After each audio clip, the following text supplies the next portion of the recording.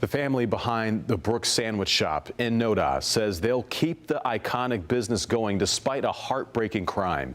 Hundreds of people gathered tonight to remember Scott Brooks, who was shot and killed just outside the front door of the restaurant. His niece spoke to the crowd, thanking them for their support and assuring the community the family business that's been around for almost 5 decades isn't going anywhere. NBC Charlotte's Rob Hughes was at that vigil this evening. He joins us live with the latest. Rob?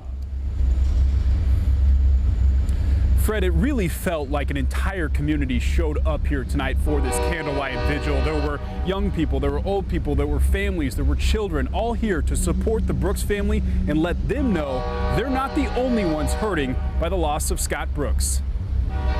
We are going to be back. Dave Brooks announcing to hundreds of people in attendance that Brooks Sandwich House isn't going anywhere.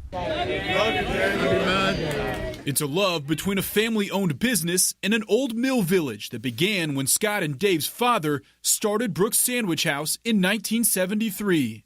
Brooks is still alive. I'm still going to keep it going. Lauren Brooks is Scott's niece, Dave's daughter. She's now the 3rd generation to help run the family biz. It's crazy. I'm just so blown away by the support of the city of Charlotte. After the vigil, Dave stood and hugged family, friends, neighbors, and patrons of Brooks one by one for nearly an hour. They treated you like family.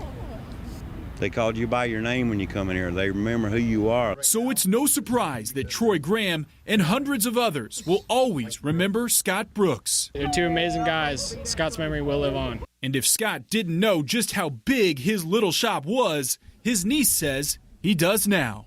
I told Scott all the time, I was like, this place is big. I was like, people love this place. Like, they love you. And I don't think he saw it like I did, but he's seeing it now, and he's seeing that he made a big difference to everybody around here. And I spoke to Dave Brooks off camera, and he reiterated to me that they will be back serving their famous hamburgers, hot dogs, and of course that chili. He says he's hopeful that will be sometime after the new year. Live in Noda, Rob Hughes, NBC Charlotte. Rob, thanks.